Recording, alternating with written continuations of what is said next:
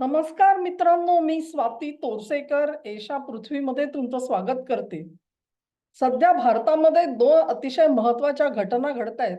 एक म्हणजे फ्रान्सचे अध्यक्ष मॅक्रॉन भारत भेटीसाठी आलेले आहेत आणि दुसरं म्हणजे दिल्लीमध्ये आर्टिफिशियल इंटेलिजन्सच्या संदर्भाने एक खूप मोठी परिषद भरलेली आहे, ज्याच्यासाठी वेगवेगळ्या देशांचे प्रमुख, त्यांचे प्रतिनिधी आणि एकंदरीतच भारताची प्रगती या क्षेत्रामध्ये काय झालेली आहे, हे बघण्यासाठी उत्सुक असलेली मंडळी इथे जमलेली आहेत. प्रचंड गर्दी आहे. या दोन घटनांच्या पार्श्वभूमीवरती अमेरिकेच्या प्रतिक्रिया काय, हे तुम्ही जर का बघितलं तर तुमच्या लक्षात येईल, की जळफळाट एवढं एकच नाव आपण त्या सगळ्या प्रतिक्रियांना देऊ शकतो. आठवत असेल तुम्हाला, ज्यावेळी 26 जानेवारीसाठी युरोपियन युनियनच्या अध्यक्षा ह्या उर्सुला फोन डेर लेयन इकडे आलेल्या होत्या. त्यावेळेला भारताने जे ट्रेड डील केलं युरोपियन युनियनशी, मदर ऑफ ऑल ॲग्रीमेंट्स असं त्याचं नाव त्यांनी दिलेलं होतं. त्याच्यानंतर अमेरिकेचा जळफाड बघण्यासारखा होता. त्यांचे जे स्कॉट बेसेट आहेत, त्यांनी सांगितलेलं होतं, की युरोपियन युनियननी तर काय भारताला पूर्ण सूट दिलेली आहे.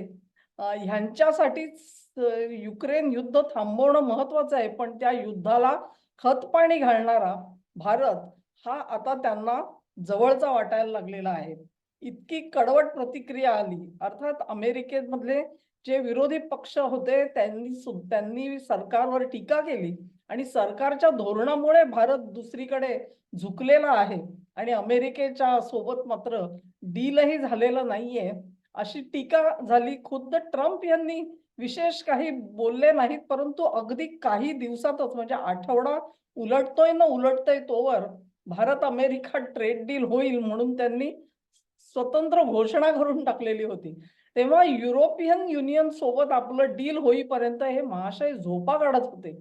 ते डील झाल्यानंतर त्यांना जाग आली, कारण ते डील होत नाही तोपर्यंत भारताची बाजू कमकुवत आहे असं गृहीत धरून हात पिरगळण्याचं काम चाललेलं होतं. ते आता शक्य नाही म्हटल्यानंतर त्यांना दुसऱ्या टोकाला जावं लागलं.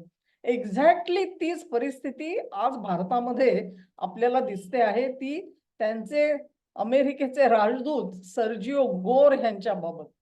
सर्जिओ गोर यांच्या आधीचे जे राजदूत होते गारसेटी, त्यांची मी गारसेटींवरती कितीतरी व्हिडिओ त्या काळामध्ये केलेले होते. इतका पोरकटपणा या राजदूतांनी, अमेरिकन राजदूतांनी भारतामध्ये केलेला होता, की बोलून सोय नव्हती.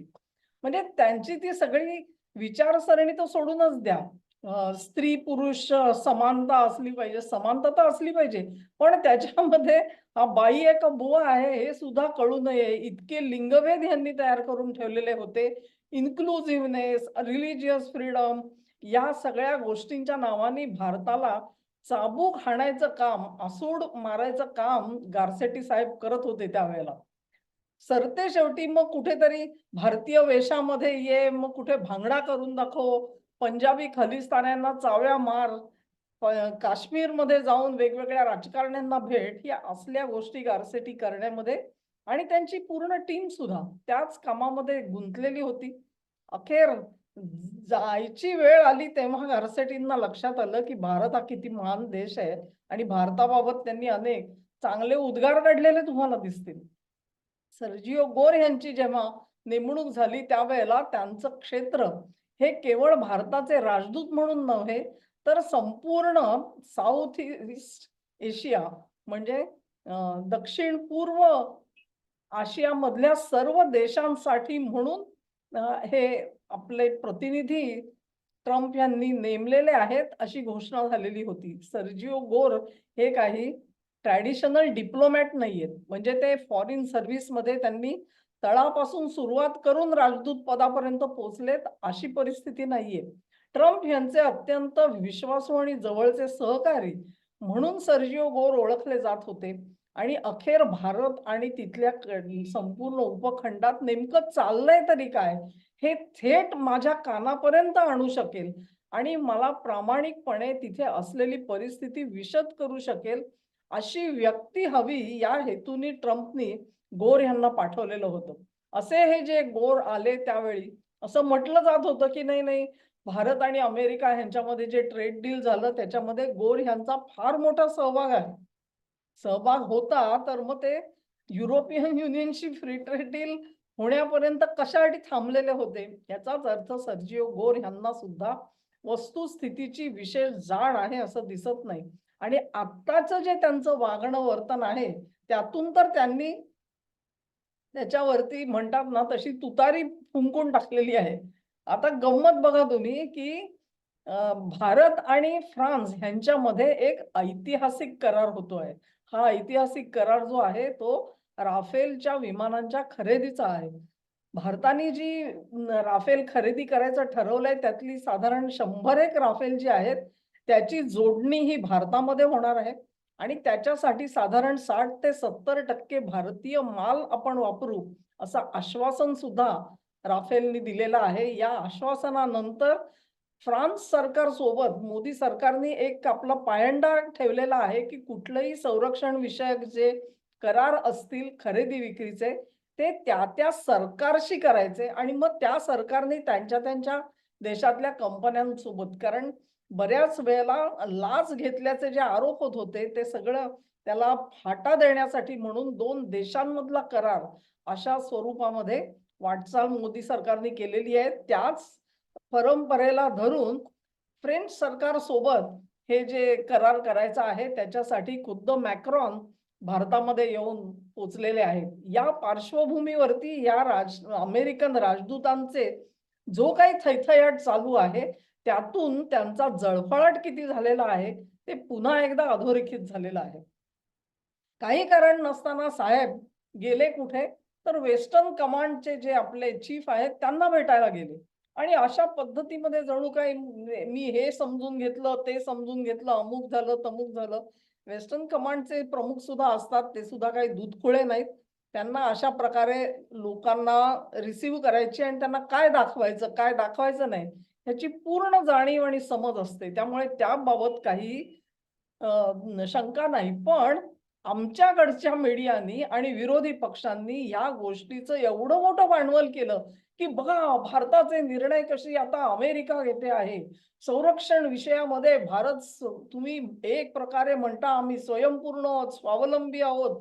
आमचे निर्णय आम्ही घेतो आणि इथे बघा काय चाललंय. अमेरिकेचा राजदूत जाऊन तुमच्या फ्रंट आघाडीवरती भेटी देतो आहे. वगैरे, वगैरे अशा प्रकारे एक प्रकारचा दुष्प्रचार केला गेला. गंमत अशी आहे, की जर का अमेरिका हे सगळे निर्णय घेते, तर भारताने F-35 विकत घेतले असते अमेरिकेकडून.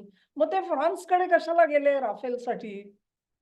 तेव्हा तो जळफळाट जो आहे, तो तर लपवता येत नाही. मग लपवायचं काय? तर हे असं करून बघा भारत सरकार कसं आमचं बटीक आहे आणि आमच्या अंगठ्याखाली आहे, हे दाखवायचं.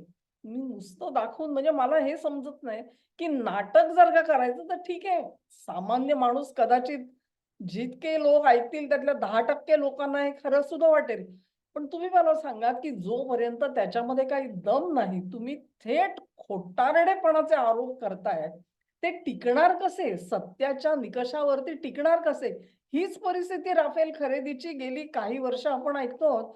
राफेल खरेदीमध्ये चोरी झाली, तेव्हा चौकीदार चोर आहे, इथपासून आपण आरोप ऐकलेले आहेत. तर अजूनही हौस भागलेली नाहीये, हे लक्षात घ्या. तेव्हा अमेरिकेला हे सर्वात मोठं डील मिळालं नाही, ह्याचा जो जळफळाट आहे, तो जळफळाट असा ह्या सर्जे गोर साहेबांनी आपल्या खांद्यावर घेतलाय आणि तो दाखवून त्यांना असं वाटतं, की मीडियामध्ये रिपोर्ट आले, की संपूर्ण भारतीय जनता ही कशी विचलित होईल आणि मॅक्रॉन ह्यांच्यावरती जो प्रसिद्धीचा झोत आहे, तोच मुळात चोरायचा आणि सगळं लक्ष जे आहे ते आपल्याकडे वळवायचं, असा हा सगळा डाव होता.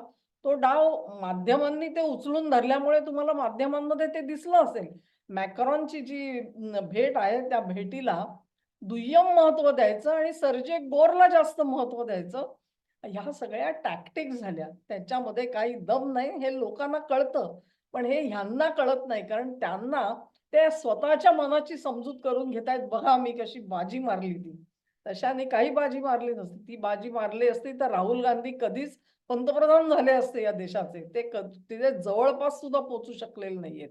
पण प्रसिद्धीची हाव आणि वर्तमानपत्रामध्ये छापून आलं म्हणजे आपण जे करतोय त्याच्यावर शिक्कामोर्तब झालं. हे समजण्याची घाई आणि घोडचूक आता अमेरिका सुद्धा अशा नीच पातळीवरती जाऊन करताना बघितल्यावर मला खरोखर हसू येतं आता या मंडळींचं. एवढ्यावरच प्रकरण थांबलेलं नाही. ते गोर उठले आणि दक्षिणेत गेले आणि मग तिथे तेजस्वी सूर्यांना घेऊन ते कुठे कुठल्या रेस्टॉरंटमध्ये काय जातायत, तिथली इडली खाऊन दाखवतायत आणि काय-काय करतायत. हे सगळे जे माकड चाळे चाललेले आहेत. माकड चेष्टा चाललेल्या आहेत. त्यांना असं वाटतंय, की आपण प्रसिद्धीचा झोत आपल्याकडे वळवून घेतला आणि आता मॅक्रॉन यांची व्हिजिट सगळी झाकोळली जाईल. आपल्याला मिळालेल्या प्रसिद्धीमुळे मॅक्रॉनची व्हिजिट झाकोळली जाईल. झाकोळली जाईल कदाचित. समजा गृहीत धरून चला लोकांना कळलं नाही. त्याच्याने काय भारत F-35 घेणार आहे? राफेलच घेणार आहे ना आणि राफेलचं उत्पादन भारतातच होणार आहे. या 2 गोष्टी ज्या आहेत, ह्या कुठे जुळतात? तेव्हा अमेरिकेला अजून एक कळलेलं नाहीये, की मोदींचे हात विरघळता येत नाहीत.